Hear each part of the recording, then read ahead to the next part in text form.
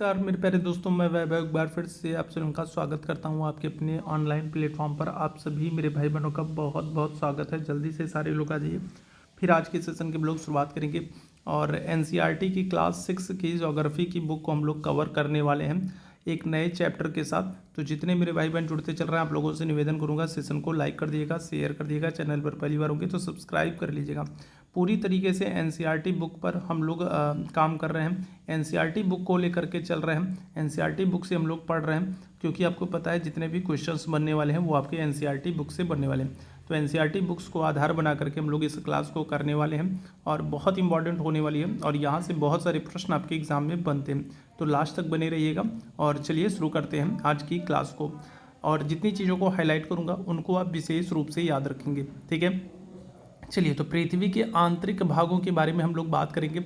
एक प्याज की तरह पृथ्वी की भी एक के ऊपर एक कई सारी परतें होती है। जैसे प्याज होती है ना, प्याज को हम लोग जब छीलते हैं तो एक के बाद एक कई सारी परतें निकलती हैं। उसी तरीके से अगर हम लोग पृथ्वी के आंतरिक हिस्से को देखेंगे ना, तो यहाँ पर भी हमको एक के बाद एक कई सारी परत देखने को मिलेंगी। अब एक प्रश्न आपका डायरेक्ट यहाँ से बनता है कि जो पृथ्वी की सबसे ऊपर की परत होती है उसको क्या कहते हैं। तो जो पृथ्वी की सबसे ऊपर की परत होती है उसको भूपर्पटी कहते हैं, उसको क्रस्ट कहते हैं। याद रखिएगा, डायरेक्ट ये प्रश्न एक बन जाता है आपके एग्जाम में।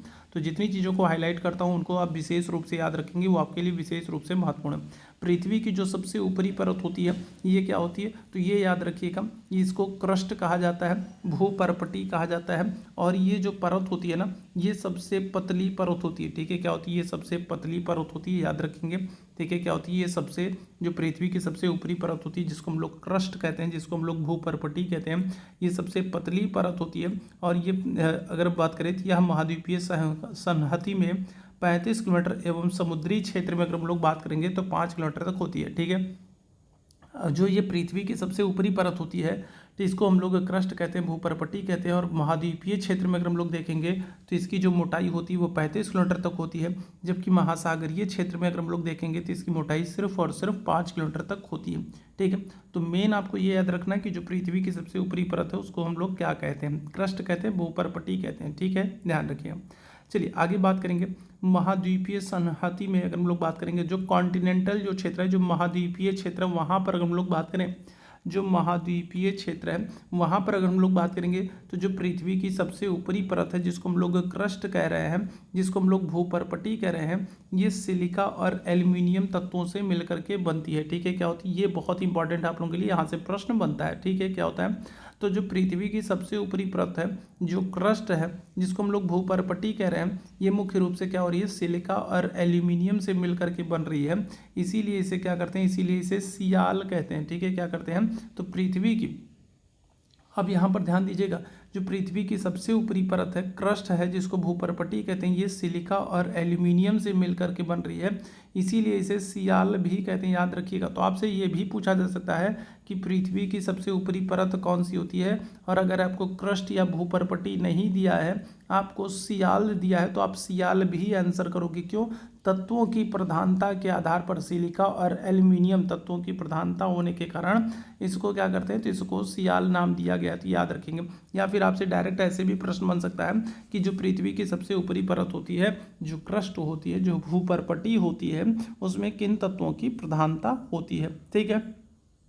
चलिए अब इसके बाद बात करेंगे, तो जो क्रस्ट के नीचे वाला हिस्सा होता है, ठीक है, जो भूपर्पटी के बाद वाला जो हिस्सा होता है, या फिर कहें जो महासागरीय क्षेत्र में जो हिस्सा होता है, वहाँ पर हम लोग बात करेंगे तो ये क्या होती है, मुख्य रूप से सिलिका और मैग्नीशियम से बनी होती है, ठीक है। अगर आपसे क्रस्ट के बाद पूछा जाए, जैसे सबसे ऊपरी परत तो क्रस्ट हो गई, क्रस्ट के बाद अगर हम लोग बात करेंगे तो क्रस्ट के बाद उसके नीचे की जो परत होती है, या फिर महासागरीय क्षेत्र में अगर हम लोग बात करेंगे तो ये मुख्य रूप से क्या होती है, सिलिका और मैग्नीशियम से बनी होती है, इसीलिए इसको सीमा कहते हैं, ठीक है। क्या करते हैं, तो ये सिलिका और मैग्नीशियम से बनी होती है, इसलिए इसको हम लोग क्या करते हैं, सीमा कहते हैं, ठीक है। तो सियाल में अगर आपसे पूछा जाए कौन से तत्वों की प्रधानता होती है, तो आप कहोगे सिलिका और एल्यूमिनियम। और अगर आपसे सीमा में पूछा जाए कौन से तत्वों की प्रधानता होती है, तो आप क्या कहोगे, आप कहोगे सिलिका और मैग्नीशियम तत्वों की प्रधानता होती है, इसीलिए इसे सीमा कहते हैं, ठीक है, ध्यान रखिएगा, ठीक। चलो, तो सबसे ऊपर हो गई भूपर्पटी, हो गई। भूपर्पटी के बाद अगर हम लोग बात करेंगे कौन सी है, तो मेंटल है। देखो ये आपसे क्रम पूछा जाता है कि सबसे ऊपर कौन है, फिर उसके नीचे कौन है, फिर उसके नीचे कौन है। तो सबसे पहले हम लोगों ने भूपर्पटी पढ़ा, भूपर्पटी के नीचे क्या है, तो मेंटल होता है, याद रखेंगे। भूपर्पटी के नीचे कौन होता है, मेंटल होता है, याद रखिएगा, ठीक है।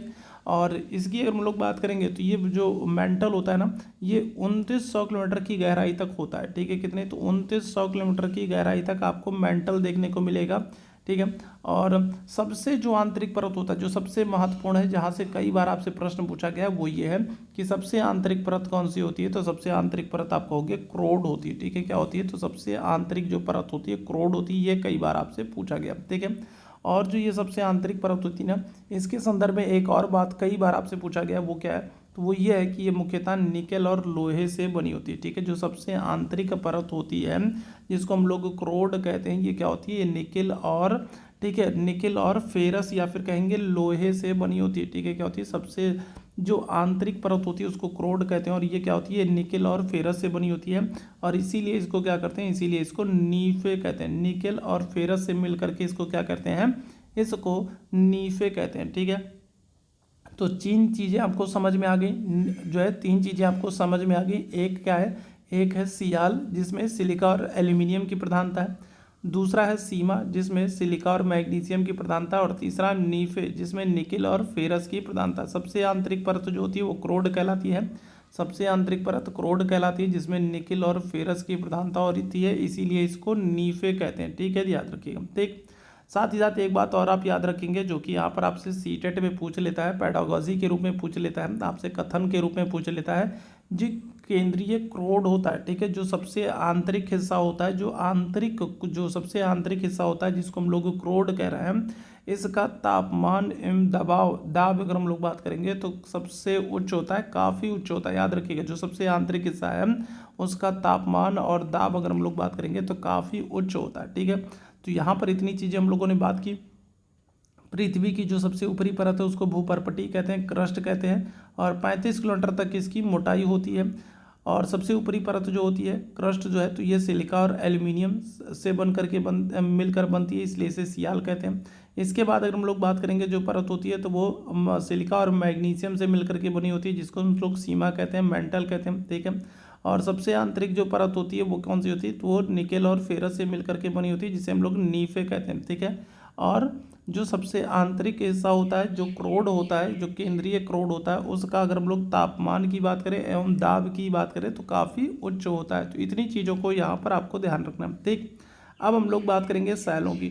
सैलों से कई सारे प्रश्न बनते हैं, जिनको हम लोग आगे देखेंगे, ठीक है। तो सैल क्या होते हैं अगर हम लोग बात करेंगे, तो पृथ्वी की परपटी अनेक प्रकार के सैलों से बनी है। जो पृथ्वी की सबसे ऊपरी वाली परत है ना, जो पृथ्वी की सबसे ऊपरी वाली परत है, तो वो कई प्रकार के सैलों से, चट्टानों से मिलकर के बनी है, ठीक है। उन्हीं के संदर्भ में हम लोग बात करने वाले हैं। किसी भी प्राकृतिक पिंड को सैल या चट्टान कह सकते हैं। कोई भी जो प्राकृतिक पिंड है, ठीक है, स्वयं से निर्मित हुआ है, ठीक है, स्वयं से प्रकृति के द्वारा निर्मित हो रहा है कोई भी पिंड है, ठीक है, तो उसको हम लोग क्या कर सकते हैं, कोई भी चट्टान है तो उसको हम लोग क्या कर सकते हैं, सैल कह सकते हैं। सैल या चट्टान खनिजों के मिश्रण से बनता है। अब मुख्य रूप से आपको यहाँ पर ये चीज़ ध्यान रखनी है कि मुख्य रूप से जो सैल होती हैं वो 3 प्रकार की होती हैं। मुख्य रूप से जो सैल होती हैं वो 3 प्रकार की होती हैं। कौन कौन सी? एक होती है आग्नेय सैल, दूसरी होती है अवसादी सैल, और तीसरी आपकी होती है कायांतरित सैल। तो यहीं से आपके प्रश्न बनते हैं, ठीक है, ध्यान रखिएगा। एक होती है इग्नियस सेल, दूसरी होती है सीडेंट्री सेल, तीसरी होती है मेटामॉर्फिक सेल, ठीक है। तो 3 तरीके की सेल होती हैं और इन्हीं को आपको मुख्य रूप से याद रखना, यहीं से प्रश्न बनते हैं, ठीक है। अब चलो सबसे पहले हम लोग इग्नियस सेल की बात करेंगे, ठीक है, आग्नेय सेल की बात करेंगे। आग्नेय सेल क्या होती है? आग्नेय सेल देखो 2 प्रकार की होती है, ठीक है। एक होती है अंतर्भेदी सेल और दूसरी होती है बहिर्भेदी सेल, ठीक है। आग्नेय सेल की अगर हम लोग बात करेंगे तो 2 तरीके की होती हैं। एक होती है अंतर्भेदी सेल और दूसरी होती है बहिर्भेदी सेल, ठीक है। आग की तरह, ठीक है, आग की तरह लाल द्रवित मैग्मा ही लावा होता है, जो कि पृथ्वी के आंतरिक भाग से निकलकर सतह पर आता है। और जब द्रवित लावा पृथ्वी की सतह पर आता है तो यह तेजी से ठंडा होकर ठोस बन जाता है। और भूपर्पटी पर इस प्रकार से बने सेल को बहिर्भेदी आग्नेय सेल कहते हैं, ठीक है। जैसे मान लीजिए क्या होता है, जैसे मान लीजिए ये कोई ज्वालामुखी है, ठीक है, क्या है, तो ये मान लीजिए ज्वालामुखी है। अब ज्वालामुखी के अंदर बहुत सारे तरल पदार्थ हैं जो एकदम उबलते रहते हैं, खौलते रहते हैं। फिर क्या होता है, अचानक से ज्वालामुखी में विस्फोट होता है और ये सारे लावा जो होते हैं ये सब क्या होते हैं, ये सब बाहर निकल करके आते हैं। मान लो बाहर निकल करके आए। अब जब बाहर निकल करके आते हैं ये क्या होते हैं, तो फिर ये ठंडा होकर के ठंडे होने लगते हैं। जब ठंडे हो जाते हैं ना, तो फिर क्या हो जाते हैं, ठंडे होकर के ये ठोस रूप ले लेते हैं, जम जाते हैं। और जब जम जाते हैं ना, तो इस तरीके से जो चट्टान बनती है, इस तरीके से जो चट्टान पत्थर सैल बनेगा वो क्या होगी, तो वो बहिर्भेदी आग्नेय सैल कहलाएगी। ठीक है, तो ये बात आप लोगों को समझ में आ गई। अब दूसरा अगर हम लोग बात करें, जो बहिर्भेदी सैल कहलाती है, ठीक है, ध्यान रखिएगा। अच्छा, बहिर्भेदी जो सैल होती है इसकी संरचना बहुत महीन दाने वाली होती है। उदाहरण के लिए जैसे बेसाल्ट, अगर हम लोग बेसाल्ट की बात कर ले, डायरेक्ट आपसे पूछ लेता कि बेसाल्ट क्या है, तो बेसाल्ट को आप याद रखोगे ये बहिर्भेदी आग्नेय सैल है। ठीक है, बेसाल्ट के संदर्भ में आप याद रखेंगे, बहुत बार आपसे पूछा गया है कि बेसाल्ट क्या है, तो ये बहिर्भेदी आग्नेय सैल है। साथ ही साथ आपको याद रखना है जो दक्कन का जो पठार है, तो ये ज्वालामुखी के लावा से बना है। तो जो दक्कन का जो पठार है ना, ये क्या है, तो ये बेसाल्ट सैलों से ही बना। याद रखिएगा, दक्कन का जो पठार है वो आग्नेय जो है दक्कन का जो पठार है ना, वो क्या है, तो वो आग्नेय सैल का उदाहरण है। बेसाल्ट चट्टानों से बना है, ज्वालामुखी क्रिया से बना है, याद रखेंगे। ठीक है, तो ये भी प्रश्न आपसे पूछा जाता है। ठीक है, अच्छा, द्रवित मैग्मा कभी कभी भूपर्पटी के अंदर गहराई में ही ठंडा हो जाता है और इस प्रकार ठोस सैलों के अंतर्वेदी आग्नेय सैल को, ठीक है, अंतर्वेदी आग्नेय सैल कहते हैं। ठीक है, अब यहाँ पर ध्यान दीजिएगा क्या कह रहा है। कभी कभी क्या होता है कि जो द्रवित मैग्मा होता है ना, कभी कभी भूपर्पटी के अंदर गहराई में ही ठंडा हो जाता है और इस प्रकार बने ठोस सैल को अंतर्वेदी आग्नेय सैल कहते हैं। अब ये क्या है, अब इसको समझिएगा। ठीक है, अंतर्वेदी आग्नेय सैल क्या होता है, जैसे मान लीजिए कि ये आपका ज्वालामुखी है। ठीक है, क्या है, तो ये ज्वालामुखी है। अब इसके अंदर बहुत सारा जो मैग्मा है ना, वो क्या हो रहा है, तो वो गर्म हो रहा है और गर्म होकर के मतलब यहाँ पर खौल रहा है। लेकिन कई बार क्या होता है ना कि ज्वालामुखी का जो विस्फोट है ना, वो विस्फोट नहीं हो पाता है। कई बार क्या होता है, विस्फोट नहीं हो पाता। तो जो ये अंदर तरल पदार्थ है ना, ये क्या होता है, तो ये जो अंदर तरल पदार्थ है ये यहीं पर ठंडा हो करके यहीं पर जम जाता है। ठीक है, क्या होता है, ज्वालामुखी के अंदर ही क्या होता है, पृथ्वी के भीतर ही अगर हम लोग बात करेंगे तो ठंडा होकर के जम जाता है। कई बार आप देखोगे ना कि जब हम पृथ्वी की खुदाई करते हैं तो पृथ्वी के नीचे हमको बहुत सारी चट्टानें मिलती हैं, बहुत सारे पत्थर और चट्टानें मिलती हैं। तो वो ये इसी का कारण होता है। कई बार क्या होता है, जो ज्वालामुखी चट्टानें होती है ना, ज्वालामुखी होता है तो उसका विस्फोट नहीं हो पाता। जब विस्फोट नहीं हो पाता तो जो तरल मैग्मा है ना, वो क्या होता है, वो ठंडा होकर के इसी ज्वालामुखी के अंदर या फिर पृथ्वी के नीचे ही जम जाता है। तो इस तरीके से जो चट्टान बनती है ना, उसको अंतर्भेदी आग्नेय चट्टान कहते हैं, याद रखेंगे। ठीक है, चलिए, तो ये चीज़ होगी। ग्रेनाइट अगर हम लोग बात करेंगे तो ऐसे ही सैल का एक उदाहरण है। ग्रेनाइट की अगर हम लोग बात करेंगे तो ग्रेनाइट क्या है, तो ये आग्नेय चट्टान का उदाहरण, याद रखेंगे। ग्रेनाइट जो है तो ये अंतर्वेदी आग्नेय चट्टान का उदाहरण है, याद रखिएगा। ठीक है, आग्नेय सैलों की रचना भूगर्भ से निकलने वाले तत्वों और तरल पदार्थों के ठंडा होकर जमने के फलस्वरूप होती है। ग्रेनाइट की हम लोग बात करेंगे तो ग्रेनाइट जो है तो ये आग्नेय चट्टान, अंतर्वेदी आग्नेय चट्टान का एक उदाहरण है। और आग्नेय चट्टान जो है ना, तो ये कैसे बनती है, तो मैंने अभी आप लोगों को बताया कि जब ज्वालामुखी का जो उद्गार होता है, ज्वालामुखी जो विस्फोट होता है, तो उससे जो लावा निकलता है, उस लावा के ठंडा होकर के जमने के फलस्वरूप इसका निर्माण होता है। तो ये ध्यान रखिएगा। ठीक है, अच्छा, ये तरल पदार्थ पृथ्वी के आंतरिक भागों में गर्म एवं पिघले हुए रूप में होते हैं, इसे मैग्मा कहते हैं। ठीक है, मैग्मा किसे कहते हैं, मैग्मा किसे कहते हैं भाई, अब ये इसको भी समझ लो, मैग्मा किसे कहते हैं। देखो यहाँ पर हम लोग बात करें, ठीक है, यहाँ पर देखिए ध्यान से समझिएगा और ध्यानपूर्वक सुनते चलिएगा, सारी चीज़ें आपको समझ में आएगी। जैसे देखो ये ज्वालामुखी है, ठीक है, ये ज्वालामुखी है। अब इस ज्वालामुखी के अंदर जो हिस्सा, जो ये तरल पदार्थ जो ये खौल रहा है, ठीक है, जो ये उबल रहा है, जो तरल पदार्थ है, जो ये गर्म है, एकदम तप्त है। जब तक ये ज्वालामुखी के अंदर है तब तक ये क्या कहलाता है, तब तक ये मैग्मा कहलाता है। ठीक है, क्या कहलाता है, जब तक अंदर है तब तक ये क्या होता है, मैग्मा कहलाता है। लेकिन जब ये ज्वालामुखी विस्फोट के बाद जब ये बाहर आ जाता है, तो जब ये बाहर आ जाएगा तब ये क्या होगा, तो ये लावा कहलाएगा। ये बस इतनी चीज़ों को ध्यान रखिएगा। ठीक है, जब तक ज्वालामुखी के भीतर है तब तक ये मैग्मा कहलाएगा और जब ये विस्फोट के बाद बाहर आ जाएगा तो ये लावा कहलाने लगेगा। तो बस इतनी चीज़ों को आप याद रखेंगे। ठीक है, जब देखो यहाँ पर लिखा भी है, जब यह मैग्मा क्या होता है, पृथ्वी के धरातल पर पहुँचता है तो इसको लावा कहते हैं। ठीक है, जब ज्वालामुखी के विस्फोट के बाद जब ज्वालामुखी के विस्फोट के बाद ये मैग्मा जो है ये धरातल पर, पृथ्वी पर पहुंचता है, तो फिर इसको हम लोग क्या करते हैं, इसको लावा कहते हैं। जब तक ये ज्वालामुखी के अंदर है तब तक इसको मैग्मा कहते हैं, और जब ये पृथ्वी पर आ जाता है विस्फोट के बाद, जब ये लावा बाहर निकल करके पृथ्वी पर आ जाता है तब इसको लावा कहते हैं। ठीक है, याद रखिएगा। चलिए यहाँ पर ये बहुत इंपॉर्टेंट है, यहाँ से बहुत सारे प्रश्न आपके बनते हैं। ग्रेनाइट हो गया, बेसाल्ट हो गया, गैब्रो हो गया, डायोराइट हो गया, ये सब आग्नेय शैल के उदाहरण, और यहाँ से प्रश्न आपके बनते हैं। डायरेक्ट आपको दे करके पूछ लेगा कि जो ग्रेनाइट है वो आग्नेय शैल का चट्टान उदाहरण है, अवसादी चट्टान का उदाहरण है, रूपांतरित चट्टान का उदाहरण है, किसका उदाहरण है, या फिर आपको 4 ऑप्शन दे करके आपको मिलान करने को दे देगा। तो ये ध्यान रखिएगा, ग्रेनाइट हो गया, बेसाल्ट हो गया, गैब्रो हो गया और डायोराइट हो गया, ये सभी क्या है, ये सभी आग्नेय शैल के प्रमुख उदाहरण हैं, इनको याद रखेंगे। ठीक है, चलिए आगे अगर हम लोग बात करेंगे, देखो सीटेट में और आपके स्टेट में जो कथन कारण वाले प्रश्न होते हैं ना, तो वहाँ पर ये कथन बहुत बार पूछा गया है। जो पृथ्वी की भूपर्पटी होती है, मतलब जो सबसे ऊपरी हिस्सा होता है, उसका 2/3 भाग आग्नेय चट्टानों से बना है। तो ये बहुत इंपॉर्टेंट है, याद रखेंगे। पृथ्वी की भूपर्पटी का 2/3 हिस्सा जो है वो किस चट्टान से बना है, तो वो आग्नेय चट्टानों से बना है, याद रखेंगे। ठीक है, और आग्नेय चट्टान जो होती हैं ये आपके बिहार में कई बार ये प्रश्न पूछा गया है, बिहार वाले विशेष रूप से ध्यान रखेंगे। जो आग्नेय चट्टान होती है, आग्नेय चट्टान को प्राथमिक चट्टान भी कहते हैं। ठीक है, क्योंकि आग्नेय चट्टान जो है इसका निर्माण सबसे पहले होता है। आग्नेय चट्टान जो है, तो आग्नेय चट्टान का निर्माण सबसे पहले ज्वालामुखी क्रिया से होता है। सबसे पहले आग्नेय चट्टान का ही निर्माण होता है, याद रखेंगे। और इसके बाद आग्नेय चट्टान के बाद ही बाकी चट्टानों का निर्माण होगा। सबसे पहले आग्नेय चट्टान का ही निर्माण होता है, इसलिए आग्नेय चट्टान को क्या करते हैं, तो प्राथमिक चट्टान कहते हैं, याद रखिएगा। सबसे पहले जो जिस चट्टान का निर्माण होगा वो कौन सी है, तो वो आग्नेय चट्टान है। और फिर बाद में इसी से अन्य चट्टानों का निर्माण होगा, अन्य शैलों का निर्माण होगा। तो सबसे पहले आग्नेय चट्टान का निर्माण हो रहा है, इसलिए आग्नेय चट्टान को हम लोग प्राथमिक चट्टान भी कहते हैं, याद रखिएगा। ठीक है, और आग्नेय चट्टान क्यों कहते हैं, क्योंकि इन्हीं चट्टानों से क्या होता है, इन्हीं चट्टानों से अन्य चट्टानों का निर्माण होता है। सबसे पहले आग्नेय चट्टान बनेगी और फिर इन्हीं आग्नेय चट्टानों से बाकी चट्टानें आपकी देखने को मिलेंगी। तो जितनी चीज़ें मैंने आप लोगों को यहाँ पर हाईलाइट की हैं, अंडरलाइन की हैं, मुझे लगता है सारी चीज़ें आपको समझ में आ गई होंगी। और जितनी चीज़ों को अंडरलाइन करता चल रहा हूँ उनको विशेष रूप से ध्यान रखेंगे, क्योंकि यहीं से प्रश्न आपके एग्जाम में बनते हैं।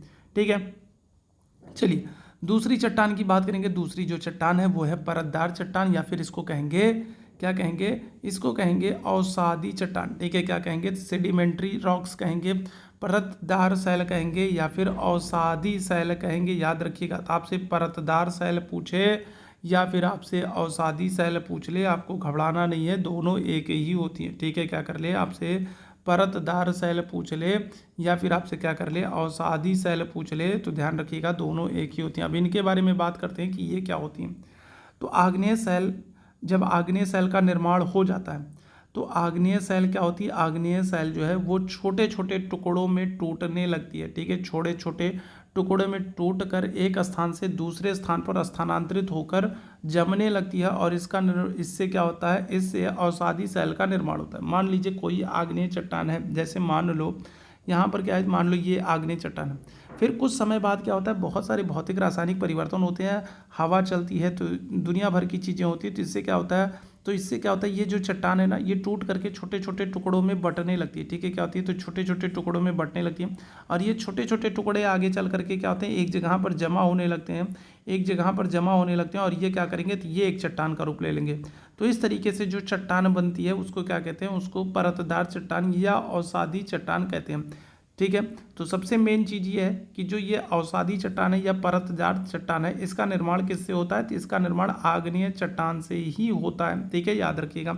आग्नेय जो चट्टान होती है वो छोटे छोटे टुकड़ों में टूटकर एक स्थान से दूसरे स्थान पर स्थानांतरित हो जाती है, और दूसरे स्थान पर जाकर के जमने लगती है, और इस तरीके से जो चट्टान बनती है वो कौन सी होती है, वो अवसादी चट्टान होती है। ठीक है, क्या होती है, अवसादी चट्टान होती है। ठीक है, चलिए आगे अगर हम लोग बात करेंगे, पृथ्वी के ऊपर 3/4 भाग अगर हम लोग बात करेंगे तो कौन सा है, तो पृथ्वी के ऊपर अगर हम लोग बात करेंगे तो 3/4 हिस्सा जो है वो परतदार चट्टानों का। ठीक है, पृथ्वी के ऊपर अगर हम लोग बात करेंगे तो 3/4 हिस्सा किसका है, तो परतदार चट्टानों का है। ये आप लोगों के लिए महत्वपूर्ण है, पृथ्वी के ऊपर 3/4 भाग किसका है, तो परतदार चट्टानों का। ठीक है, लोयस का पठार अगर हम लोग बात करेंगे तो किसका, तो लोयस का पठार अगर हम लोग बात करेंगे तो वायु निर्मित अवसादी चट्टान का सबसे प्रमुख उदाहरण है। ठीक है, याद रखिएगा ये नाम बहुत ही महत्वपूर्ण है। यहाँ से देखो दो चीज़ें बन जाती हैं, दो चीज़ें बन जाती हैं, कौन कौन सी, तो सबसे पहला तो ये कि जो ये लोयस का पठार है,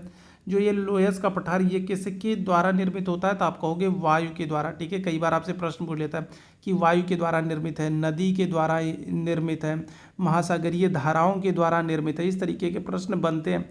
ठीक है, तो याद रखिएगा क्या हो जाएगा, तो लोयस का जो पठार है सबसे पहले तो आपको याद रखना ये वायु के द्वारा निर्मित होता है, और ये किसका उदाहरण है, तो ये अवसादी चट्टान का उदाहरण। जैसे हम लोगों ने आप जो है अब बेसाल्ट की बात कर ली थी, गैब्रो की बात कर ली थी, तो वो सब क्या थे, आग्नेय चट्टान के उदाहरण थे। इसी तरीके से लोयस की हम लोग बात करेंगे तो लोयस किसका, तो ये जो है अवसादी चट्टान का उदाहरण है।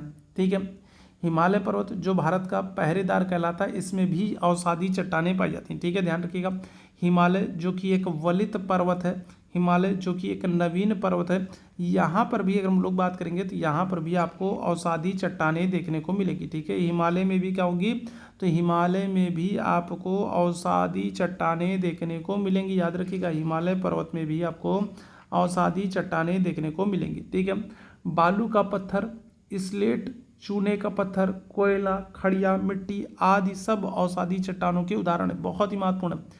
ठीक है, तो बलुआ पत्थर अगर हम लोग बात करें, बलुआ पत्थर हो गया, स्लेट हो गया, चूना पत्थर होगा, कोयला हो गया, खड़िया हो गया, मिट्टी हो गया, आदि सब क्या है, तो अवसादी चट्टानों के उदाहरण है। बहुत ही इंपॉर्टेंट है ये पॉइंट, ये बहुत ही इंपॉर्टेंट पॉइंट है, याद रखिएगा। डायरेक्ट आपसे पूछा जाता है कि जो बालू पत्थर है, स्लेट है, चूना है, पत्थर है, चूना पत्थर है, कोयला है, खड़िया मिट्टी है, आदि ये सब किसके उदाहरण है, तो ये सब अवसादी चट्टान के उदाहरण। ठीक है, और याद रखेंगे क्या होगा, अवसादी चट्टान अगर हम लोग बात करेंगे तो अवसादी चट्टानों में खनिज तेल, कोयला और अन्य प्रकार की बहुमूल्य खनिज पाए जाते हैं। ठीक है, अगर आपसे पूछा जाए कि खनिज तेल कौन सी चट्टानों में मिलता है, कोयला कौन सी चट्टानों में मिलता है, खनिज तेल कौन सी चट्टानों में मिलता है, कोयला कौन सी चट्टानों में मिलता है, तो आप क्या कहोगे, आप कहोगे अवसादी चट्टानों में। ठीक है, कौन से, तो खनिज तेल और कोयला जो है ये किस चट्टान में मिलता है, तो ये अवसादी चट्टानों में मिलता है। ठीक है, अब अगर हम लोग बात करेंगे रूपांतरित सेल, मेटामॉर्फिक रॉक्स की बात करेंगे,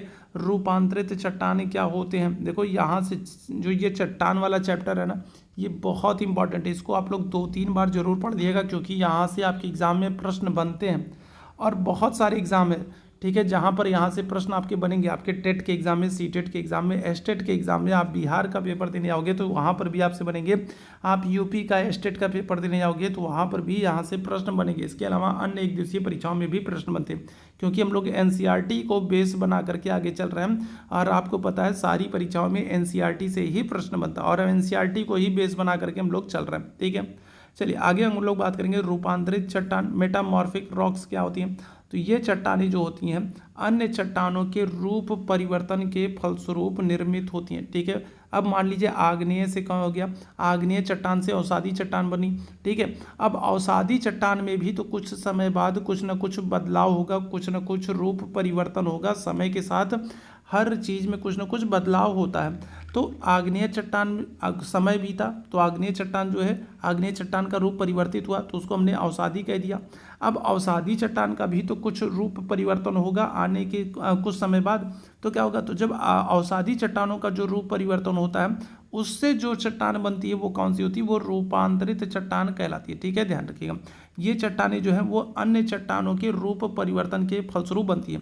अब याद रखना, आग्नेय चट्टान से अगर हम लोग बात करें, आग्नेय चट्टान से डायरेक्ट रूपांतरित चट्टान बन सकती है और अवसादी चट्टान से भी रूपांतरित बन सकती है। ऐसा नहीं है कि सिर्फ आग्नेय चट्टान जो है, ऐसा नहीं है कि अवसादी चट्टान से ही रूपांतरित चट्टान बनेगी, आग्नेय चट्टान से भी रूपांतरित चट्टान बन सकती है, याद रखिएगा। ठीक है, आग्नेय चट्टान से भी रूपांतरित चट्टान बन सकती है और अवसादी चट्टान से भी बन सकती है। यहाँ पर आप देखिएगा, यहाँ पर क्या कह रहा है, अवसादी सेल तथा आग्नेय सेल में दाब, ताप आदि परिवर्तन के फलस्वरूप रूपांतरित सेल का निर्माण होता है।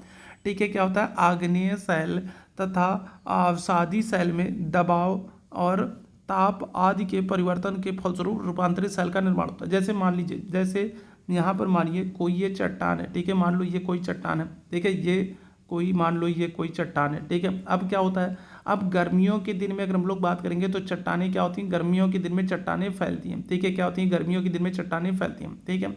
और ठंडियों के दिन में क्या होता है, ठंडियों के दिन में चट्टानें सिकुड़ती हैं, ठीक है, क्या होती हैं, सिकुड़ती हैं।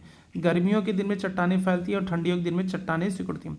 अब जब बार बार यही चीज़ होती है, फैलना सिकुड़ना, बार बार यही चीज़ें होती हैं, तो इससे क्या होता है, इससे चट्टानों में कमजोरी आती है, चट्टानें क्या हो जाती है, टूट जाती हैं, बार बार फैलेंगी सिकुड़ेंगी, ठीक है। अधिक गर्मी फिर अधिक जो है कम तापमान, अधिक गर्मी कम तापमान, बार बार जब ये क्रिया होगी तो क्या होती है, चट्टानें टूटती हैं। तो इससे जो टूट करके, जब मान लो ये टूट करके ये कहीं किसी और जगह पर एकत्रित हो गए और एक नई चट्टान बन गई, तो इस तरीके से जो उनके जो परिवर्तित रूप होगा वो क्या होगा, रूपांतरित चट्टान होगा, ठीक है। अब आग्नेय चट्टानों से भी जो है आपकी रूपांतरित चट्टान बन सकती हैं और अवसादी चट्टानों से भी रूपांतरित चट्टान बन सकती हैं। जैसे अगर हम लोग बात करें, जैसे भूपरत के नीचे, जैसे जमीन के नीचे दबाव और ताप के द्वारा सैल से स्लेट, ठीक है, डोलोमाइट तथा खड़िया मिट्टी चाक अत्यधिक ताप के कारण संगमरमर में बदल जाता है, ठीक है। अब देखो ये बहुत ही इंपॉर्टेंट है, ये मोस्ट इंपॉर्टेंट पॉइंट है, ठीक है, ये मोस्ट इंपॉर्टेंट पॉइंट है, इसको आपको याद रखना है।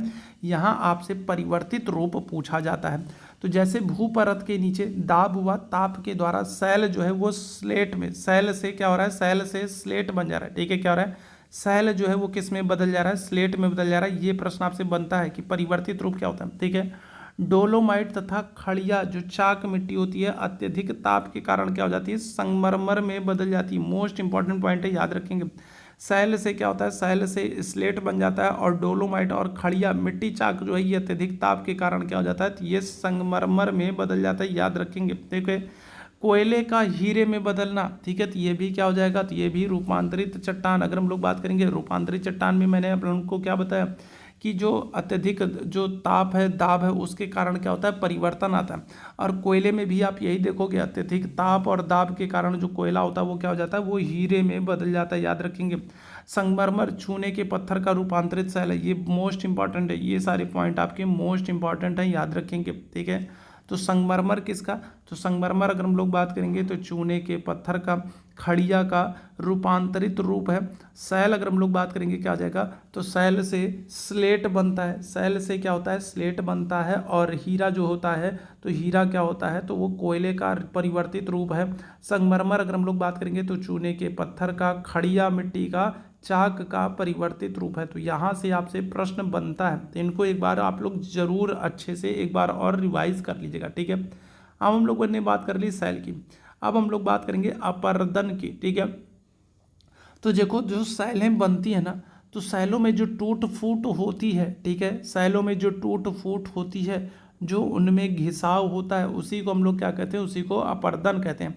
अब वो अपर्दन चाहे जिस वजह से हो, चाहे वो बरसात की वजह से हो, चाहे वो हवा की वजह से हो, या वो ताप और दाब की वजह से हो, या किसी अन्य कारण से हो, तो सैलों में जो टूट फूट होती है, जो घिसावट होती है, उसी को हम लोग क्या करते हैं, अपर्दन कहते हैं, ठीक है।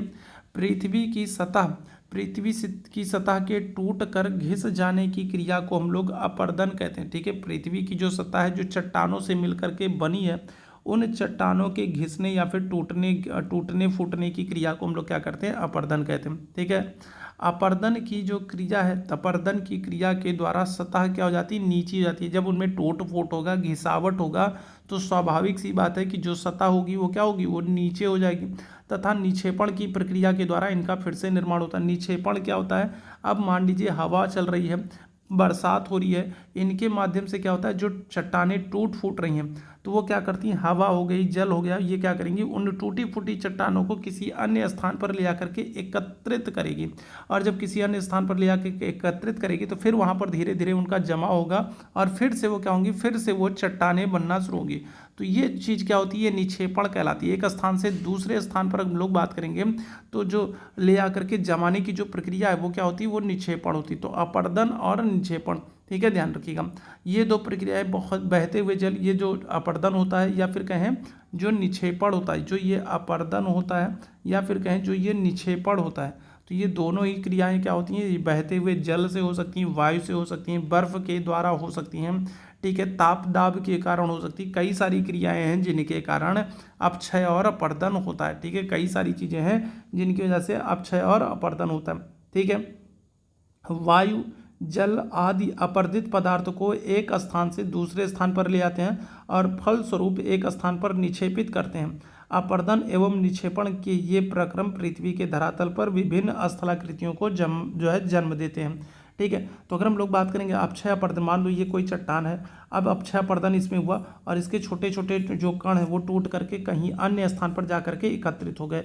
ठीक है, अब यहाँ पर क्या हो गया, तो यहाँ पर एक अन्य चट्टान बन गई। तो ये किसके कारण हुआ, ये अपक्षय अपरदन के कारण हुआ। तो ये जो चट्टानों से टूट करके जो कण, छोटे छोटे कण हैं जो टूट फूट के अलग हो रहे हैं, तो ये वायु के द्वारा या फिर जल के द्वारा या फिर किसी अन्य माध्यम से ये क्या करते हैं, एक दूसरे स्थान पर ले जा करके जमा करते हैं और इस तरीके से बहुत सारी जो है स्थलाकृतियाँ बनती हैं। और यहाँ से आपसे यही प्रश्न बनता है कि कौन सी स्थलाकृति है जिसका निर्माण जल से हो रहा है, कौन सी स्थलाकृति है जिसका निर्माण नदी से हो रहा है, कौन सी स्थलाकृति है जिसका निर्माण वायु से हो रहा है। इस तरीके के प्रश्न आपसे बनते हैं। ठीक है, विश्व की सबसे गहरी खान जो है वो दक्षिण अफ्रीका में स्थित है। ठीक है, विश्व की अगर हम लोग बात करेंगे तो विश्व की सबसे गहरी खान जो है वो दक्षिण अफ्रीका में स्थित है। विश्व की सबसे गहरी खान कहाँ पर, तो दक्षिण अफ्रीका में स्थित है और इसकी जो गहराई है लगभग 4 किलोमीटर है। ठीक है, क्या हो जाएगा, तो विश्व में सबसे गहरी खान जो है वो दक्षिण अफ्रीका में है और इसकी अगर हम लोग गहराई बात करेंगे लगभग 4 किलोमीटर है। तेल की खोज में इंजीनियर 6 किलोमीटर गहराई तक खोद चुके हैं। ठीक है, तो तेल की खोज में आप लोगों को पता है कि जो मानव है वो क्या करता है, पृथ्वी के भीतर गहराई तक खोदने का काम करता है, पृथ्वी की गहराई तक, ठीक है, खुदाई का काम करता है। पृथ्वी के केंद्र तक पहुंचने के लिए जो बिल्कुल असंभव है, समुद्र की सतह पर 6000 किलोमीटर तक खोदना पड़ेगा। पृथ्वी के आयतन का केवल 1% हिस्सा ही परपटी है, क्रस्ट है, 84% जो है मेंटल है एवं 15% क्रोड है। ठीक है, अगर हम लोग बात करेंगे तो पृथ्वी के आयतन का केवल 1% हिस्सा ही क्रस्ट है, भूपर्पटी है, मतलब सबसे ऊपरी हिस्सा क्रस्ट है। ठीक है, और 84% जो है वो मेंटल है और 15% अगर हम लोग बात करेंगे तो जो पृथ्वी की सबसे आंतरिक परत है जो कि क्रोड है। ठीक है, ध्यान रखिएगा। यहाँ पर आपसे पृथ्वी की त्रिज्या दी गई है तो आपको इसको भी नोट डाउन करना है तो ज़रूर कर लीजिएगा, ज़रूर कर लीजिएगा, कोई दिक्कत नहीं है। कभी कभी पूछ लिया जाता है और कभी नहीं भी पूछा जाता है, तो बहुत ज़्यादा इंपॉर्टेंट तो नहीं है। ठीक है, फिलहाल अगर आपको ध्यान देना है तो आप दे सकते हो, कोई दिक्कत नहीं है। ठीक है, तो ये पृथ्वी की त्रिज्या है तो इसको भी देख लीजिएगा। इग्नियस अगर हम लोग बात करें तो इग्नियस क्या होता है, तो इग्नियस जो है ये लैटिन शब्द इग्निस से बना है जिसका अर्थ होता है अग्नि। ठीक है, इग्नियस कौन सी, तो ये आग्नेय चट्टान थी। ठीक है, इग्नियस क्या थी, तो ये आग्नेय चट्टान थी और इसका जो निर्माण है वो लैटिन शब्द इग्निस से हुआ है जिसका अर्थ क्या होता है, अग्नि होती है। इसी तरीके से सेडिमेंट्री अगर हम लोग बात करेंगे तो सेडिमेंट्री जो है ये लैटिन भाषा के सेंडिमेटम से बना है जिसका अर्थ होता है स्थिर।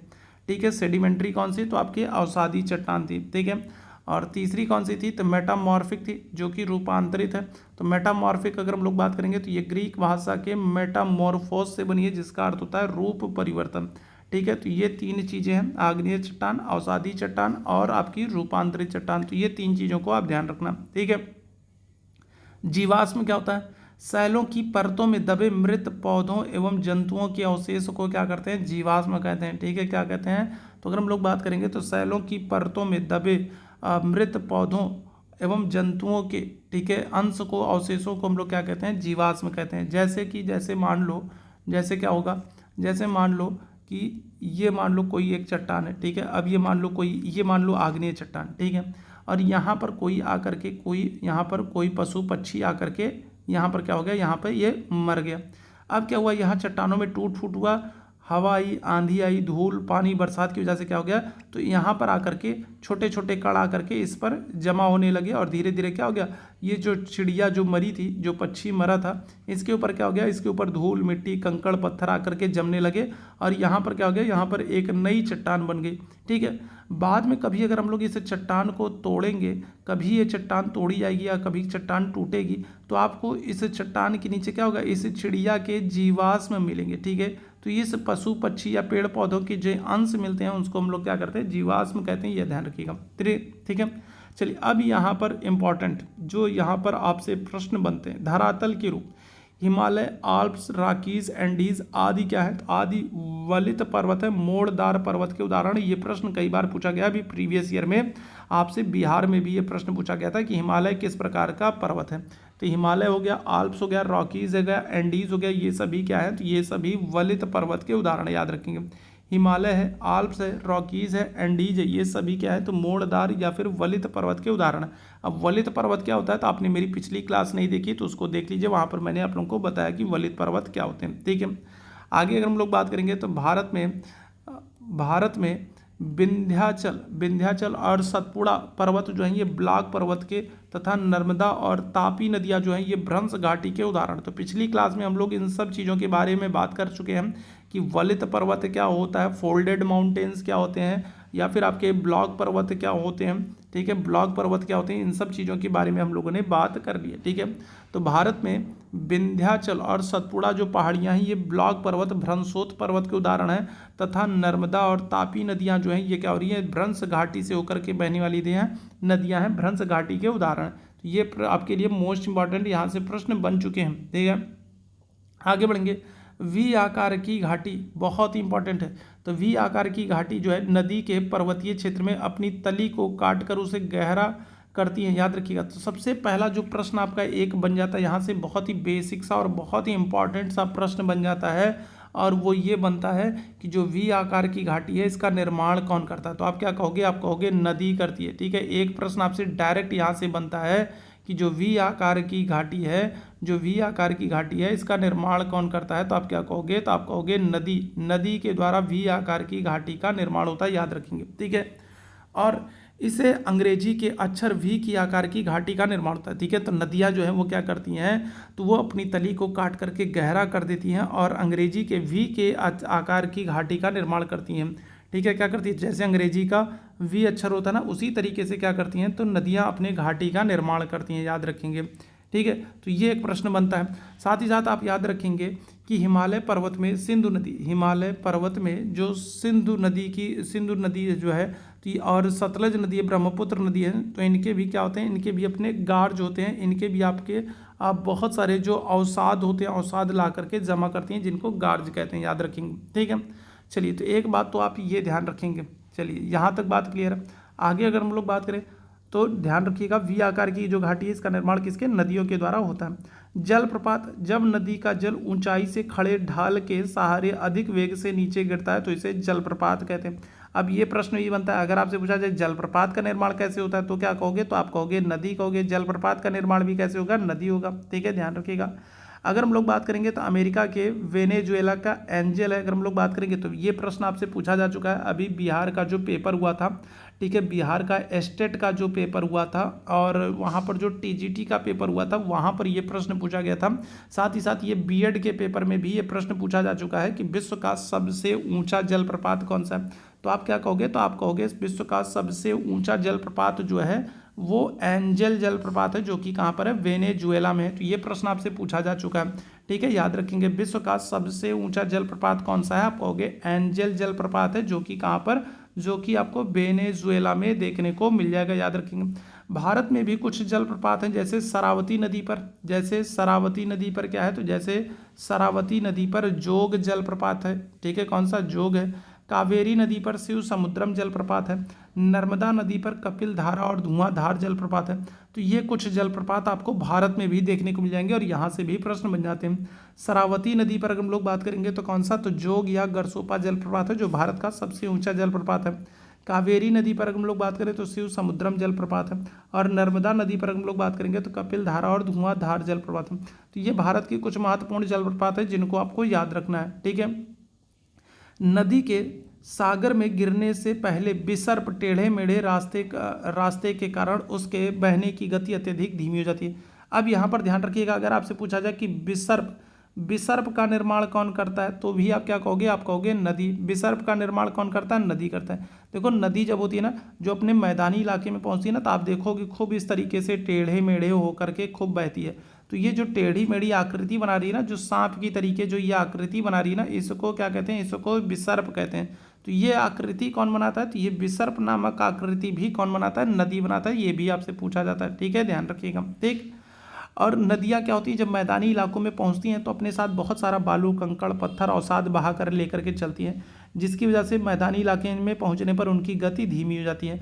और नदियां अपने मुहाने पर क्या करती हैं, तो आपको मैंने बताया था, लास्ट सेशन में भी बताया था कि नदियां अपने मुहाने पर त्रिभुजाकार आकृति बनाती हैं जिनको डेल्टा कहा जाता है। ठीक है, क्या करती हैं, तो नदियां अपने मुहाने पर जहां पर ये जल गिराने वाली होती हैं उनसे ठीक पहले ये क्या करती हैं, तो ये एक त्रिभुजाकार आकृति बनाती हैं जिसको क्या करते हैं, जिसको डेल्टा कहते हैं। ठीक है, और ये भी मैंने आप लोगों को बताया था कि जो गंगा ब्रह्मपुत्र सुंदरवन डेल्टा है ये दुनिया का सबसे बड़ा डेल्टा है। ठीक है, जो गंगा और ब्रह्मपुत्र नदियों के द्वारा पश्चिम बंगाल बांग्लादेश में सुंदरवन डेल्टा का निर्माण किया जाता है, ये विश्व का क्या है, तो ये विश्व का सबसे बड़ा डेल्टा है, याद रखेंगे। ठीक है, क्या है, तो गंगा ब्रह्मपुत्र नदी जो डेल्टा है ये विश्व का सबसे बड़ा डेल्टा है, ये बात भी आप याद रखेंगे। क्लियर है, चलिए आगे बढ़ेंगे। गुफा या सुरंग, वर्षा का कुछ जल चट्टान और मिट्टी में प्रवेश कर जाता है। पहाड़ों में कहीं कहीं चूने की चट्टानें मिलती हैं जिससे जल रिसकर चट्टान के भीतर पहुंचता है तथा रासायनिक अपक्षय के द्वारा चूने को घुलाकर दूर बहा लिया जाता है जिससे पहाड़ी में गुफा या सुरंग बन जाती है। ठीक है, हिमानी अगर हम लोग बात करें, ऊंचे पर्वतों पर जब कोई बर्फ का बड़ा खंड ढाल पर खिसकता है तो उसे हिमानी या हिमनद कहते हैं। पहाड़ी भाग में हिमानी सपाट चौड़ी खड़े ढाल वाली घाटियों का निर्माण करती हैं, तो इनका आकार अंग्रेजी के यू अक्षर में बदल जाता है। अब देखो यहाँ पर वी आकार की घाटी अगर आपसे कहेगा तो आप कहोगे नदी, और अगर आपसे अंग्रेजी का यू आकार की घाटी अगर आपसे पूछा जाए, ठीक है, क्या कर रहे हैं, अगर आपसे पूछा जाए यू आकार की घाटी का निर्माण किससे होता है तो आप कहोगे हिमानी। दोनों चीज़ों को याद रखिएगा, दोनों मिलती जुलती हैं लेकिन बहुत ही कन्फ्यूजनल है और बहुत ही इंपॉर्टेंट है। अगर आपसे वी आकार की घाटी कहे तो वी आकार की घाटी आप कहोगे किसको, नदी को। लेकिन अगर हम लोग बात करेंगे, ठीक है, लेकिन अगर आपसे यू आकार की घाटी कहे तो यू आकार की घाटी आप क्या कहोगे, हिमानी कहोगे। ठीक है, ध्यान रखिएगा, वी आकार की घाटी नदी और यू आकार की घाटी हिमानी, तो ये ध्यान रखिएगा, ये बहुत ही महत्वपूर्ण है। ठीक है, चलो यहाँ से प्रश्न कई बार पूछा गया है बालुका स्तूप और छत्रक शिला से। तो बालुका स्तूप और जो छत्रक शिला है इनका निर्माण कहाँ पर होता है, तो इनका निर्माण जो है वो मरुस्थलीय क्षेत्र में होता है। ठीक है, सबसे पहले तो आप ये ध्यान रखेंगे जो बालुका स्तूप है या फिर छत्रक शिला, इनका निर्माण कहाँ पर होता है, मरुस्थलीय क्षेत्र में होता है। और किसके कारण होता है, पवनों के कारण होते हैं, याद रखिएगा। पवन जो है, जब पवन के मार्ग में कोई बाधा होती है तब पवन का वेग कम हो जाता है जिससे पवन के साथ उड़ने वाले पदार्थ जो है वो धरातल पर गिरकर बालू के टीले का निर्माण करते हैं जिनको हम लोग बालू का स्तूप कहते हैं। एक तो ये ध्यान रखिएगा। दूसरा छत्रक शिला, तो छत्रक शिला का निर्माण भी पवन के द्वारा होता है, याद रखेंगे। पवन के द्वारा उड़ाए गए बालू के कणों के द्वारा अपर्दन का कार्य धरातल से कुछ मीटर ऊंचाई तक अधिक होता है। इस प्रक्रिया में पवन निचले भाग को घिस कर क्या कर देती है, छील देती है, और ऊपरी जो छतरी नुमा हिस्सा होता है उसको हम लोग क्या कहते हैं, उसको हम लोग छत्रक शिला कहते हैं। ठीक है, जैसे यहाँ पर समझ लो भाई क्या होता है, जैसे मान लो रेगिस्तानी क्षेत्र, मान लो ये रेगिस्तानी क्षेत्र है, अब यहाँ पर हवा चलना शुरू की। जब यहाँ पर रेगिस्तानी क्षेत्र में, मरुस्थलीय क्षेत्र में हवा चलना शुरू होगी तो हवा अपने साथ क्या करेगी, बहुत सारे बालू कंकड़ पत्थर अवसाद जो है इनको उड़ाना शुरू करेगी, और इनको उड़ा करके ले जा करके क्या करेगी, किसी स्थान पर, मान लो इस स्थान पर क्या कर देगी, इस स्थान पर अब जमा करना शुरू कर देगी। तो जब यहाँ पर जमा करना शुरू करेगी तो यहाँ पर क्या हो जाएगा, यहाँ पर खूब ऊंचा सा आपको एक टीला देखने को मिलेगा।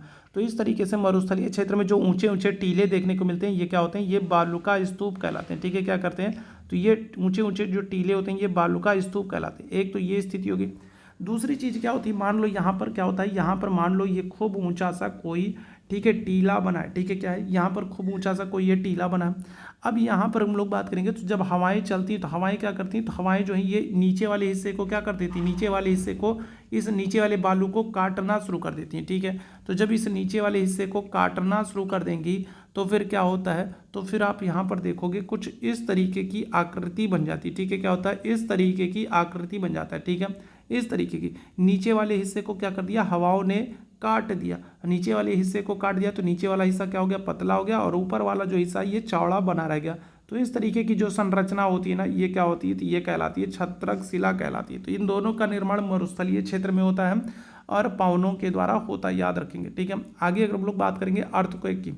ठीक है, ज्वालामुखी भूपर्पटी पर खुला एक ऐसा छिद्र होता है जिसमें पिघले हुए पदार्थ अचानक से निकलते हैं। इस प्रकार स्थलीय स्थल मंडलीय प्लेटों में गति करने पर पृथ्वी की सतह पर कंपन होता है और यह कंपन पृथ्वी के चारों ओर गति करता है। इस कारण देखो आपसे क्या होता है, आपसे भूकंप आने का कारण पूछता है। तो भूकंप आने के कई सारे कारण होते हैं। जैसे कौन कौन से कारण होते हैं, एक तो होता है ज्वालामुखी विस्फोट। ठीक है, ज्वालामुखी जो विस्फोट होता है ना, तो ज्वालामुखी विस्फोट के कारण क्या हो सकता है, तो ज्वालामुखी विस्फोट के कारण अगर हम लोग बात करेंगे, ठीक है, तो ज्वालामुखी जो विस्फोट होता है ना, इसके कारण अगर हम लोग बात करेंगे तो एक तो भूकंप आ सकता है। इसके अलावा अगर हम लोग बात करें जो पृथ्वी के नीचे प्लेटों का खिसकना, जो प्लेटें हैं, तो प्लेटों का खिसकना भी भूकंप का कारण हो सकता है। ठीक है, प्लेटों का खिसकना भी भूकंप का कारण हो सकता है। इसके अलावा जो परमाणु परीक्षण किए जाते हैं, ठीक है, परमाणु परीक्षण अगर हम लोग बात करेंगे तो परमाणु परीक्षण भी जो है तो ये भी क्या हो सकते हैं, ये भी भूकंप का कारण हो सकते हैं, याद रखेंगे। ठीक है, परमाणु परीक्षण करना, प्लेटों का खिसकना, ज्वालामुखी विस्फोट, ये सब क्या है, तो ये सब पृथ्वी का जो है भूकंप के कारण हो सकते हैं, याद रखिएगा। ठीक है, अब यहाँ पर महत्वपूर्ण ये है, ये बहुत ही महत्वपूर्ण है, जो कई बार आपसे पूछा गया है, भूपर्पटी के नीचे वह स्थान जहाँ कंपन आरंभ होता है उसको उद्गम केंद्र कहते हैं। ठीक है, ध्यान रखिएगा, जहाँ पर क्या होता है, जहाँ पर भूकंप का आरंभ होता है, जहाँ से भूकंप का आरंभ होता है, उद्गम होता है, उसको हम लोग क्या कहते हैं, अधिकेंद्र कहते हैं। ठीक है, क्या करते हैं, अधिकेंद्र कहते हैं। और ये प्रश्न कई बार पूछा गया। ठीक है, ध्यान रखिएगा। मान लीजिए पृथ्वी के नीचे जो है ज्वालामुखी विस्फोट हुआ और ज्वालामुखी विस्फोट होने के कारण क्या हो, पृथ्वी के नीचे कंपन होना शुरू हुआ। तो पहले धीरे धीरे कंपन होना शुरू होगा और ये कंपन तेज होगा और उसके बाद क्या हो जाएगा, पृथ्वी जो है थोड़ा हिलना डुलना कांपना शुरू करेगी और फिर आपको लगेगा कि भूकंप आ गया। तो जहाँ से शुरुआत होगी, जिस केंद्र से इस कंपन की शुरुआत हुई है, जो केंद्र उसको हम लोग क्या कहते हैं, उसको हम लोग कहते हैं अधिकेंद्र कहते हैं। ठीक है, क्या करते हैं, तो अधिकेंद्र कहते हैं। और अधिकेंद्र जो है ये कई बार आपसे पूछा जा चुका है। क्लियर है, चलिए आगे बढ़ेंगे। अधिकेंद्र के निकट भाग में सर्वाधिक हानि होती है। तो जो जहाँ से कंपन की शुरुआत हुई है उसके आसपास का जो क्षेत्र है, ठीक है, वहाँ पर क्या होता है, वहाँ पर सबसे अधिक हानि होती है। ठीक है, और अधिकेंद्र से जैसे जैसे दूरी बढ़ती जाएगी भूकंप की तीव्रता क्या हो जाएगी, कम होती जाएगी, याद रखिएगा। ठीक है, अधिकेंद्र से जैसे जैसे दूरी बढ़ती जाएगी भूकंप की तीव्रता कम होती जाएगी, लेकिन अधिकेंद्र के जितना निकट रहेंगे उतना अधिक वहाँ पर क्या होगी, हानि होगी। ठीक है, भूकंप का मापन करने वाला यंत्र जो है वो क्या होता है, तो वो होता है सिस्मोमीटर या फिर कहेंगे सिस्मोग्राफ होता है। ये प्रश्न कई बार आपके एग्जाम में पूछा गया। भूकंप की तीव्रता मापने वाला जो यंत्र होता है वो कौन सा, भूकंप लेखी होता है या फिर कहेंगे सिस्मोग्राफ होता है, याद रखेंगे। ठीक है, साथ ही साथ भूकंप की जो तीव्रता है, भूकंप की जो तीव्रता है वो हम लोग रिक्टर स्केल पर मापते हैं। ठीक है, किस पर, तो भूकंप की जो तीव्रता है वो हम किस पर मापते हैं, तो भूकंप की जो तीव्रता हम लोग रिक्टर स्केल पर मापते हैं, याद रखिएगा। ठीक है, चलिए आगे अगर हम लोग बात करेंगे, जिस भूकंप की तीव्रता 2.0 या उससे कम होती है उसका प्रभाव नहीं के बराबर होता है, बहुत कम होता है। जिस भूकंप की तीव्रता 5.0 के लगभग होती है वो क्या होती है, वो वस्तुओं को गिरने से क्षति पहुंचा सकती है। और जिस भूकंप की तीव्रता 6.0 या उससे अधिक होती है वह बहुत शक्तिशाली होता है। जिसकी तीव्रता 7.0 या उससे अधिक होती है वो क्या होता है, सबसे शक्तिशाली भूकंप माना जाता है। ठीक है, तो अगर मतलब जिस भूकंप की तीव्रता 2.0 के लगभग है तो वो नाम मात्र का है, कोई बहुत ज़्यादा उससे नुकसान नहीं होता है, कोई मतलब नहीं है। 5.0 वाला जो है तो उससे क्या होता है, उससे नुकसान हो सकता है, उससे नुकसान होता है। ठीक है, पेड़ पौधे और बिल्डिंगें जो है वो गिर सकती हैं। 6.0 की अगर हम लोग बात करेंगे, अगर ये वाला तूफान आ रहा है तो अच्छे बहुत अच्छा खासा नुकसान हो सकता है। और अगर हम 7.0 की तीव्रता से अगर भूकंप आ रहा है तब तो समझ लो भयंकर वाला नुकसान होगा, है ना, एकदम भयंकर वाला नुकसान, तबाही होगा। तो ये ध्यान रखिएगा। तो इस तरीके से हम लोग क्या कर सकते हैं, भूकंप की तीव्रता को माप सकते हैं। ठीक है, तो आज के सेशन में इतना ही किया जाए। तो आज की क्लास में हम लोग इतनी सारी चीज़ों को हम लोगों ने कवर किया है और इन सारी चीज़ों को एक बार आप दोहरा जरूर लीजिएगा, क्योंकि यहाँ से बहुत सारे प्रश्न हैं। मैं गारंटी से कह सकता हूँ यहाँ से 6 से 7 प्रश्न जो हैं वो इसी क्लास से बन सकते हैं। ठीक है, ध्यान रखिएगा। यहाँ पर आपको चट्टानों वाला मैंने चैप्टर आप लोगों को बताया, तो चट्टानों वाले चैप्टर से 2 से 3 प्रश्न आपके बन जाते हैं। ठीक है, परिवर्तित रूप से आपके जो है जो सैलों का, चट्टानों का जो परिवर्तित रूप है वहाँ से आपके प्रश्न बन जाते हैं। इसके अलावा अगर हम लोग बात करेंगे जो पृथ्वी की मैंने आपको आंतरिक परतें बताई तो वहाँ से प्रश्न बन जाते हैं। फिर ये धरातलीय जो स्वरूप है, वी आकार की घाटी, जलप्रपात से, यू आकार की घाटी से या फिर पवनों से जो आकृतियाँ बनती हैं तो वहाँ से भी प्रश्न बन जाते हैं। और साथ ही साथ आपके यहाँ भूकंप से तो प्रश्न बनते ही बनते हैं। जैसे अधिकेंद्र वाला मैंने आप लोगों को बताया, अधिकेंद्र वाला प्रश्न पूछा गया है। साथ ही साथ यहाँ पर सिस्मोग्राफ, सिस्मोमीटर और रिक्टर स्केल वाला प्रश्न भी यहाँ से आपसे कई बार पूछा गया है। ठीक है।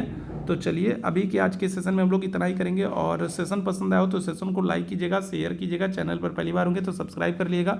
इसी तरीके की मैं और पिछली कुछ और क्लासेस हम लोगों ने ली है सीटेट की, सीटेट के पेपर को ध्यान में रखते हुए, एनसीईआरटी को बेस बनाते हुए। तो अगर आपने उन सारी क्लासेस को नहीं देखा है तो उसको भी आप लोग जरूर देख लें, आपके लिए बहुत ही हेल्पफुल होने वाली है। ठीक है, तो अभी के लिए हम लोग बस इतना ही करेंगे। थैंक यू सो मच आप सभी मेरे भाई बहनों को मेरे साथ जुड़ने के लिए। Thank you so much.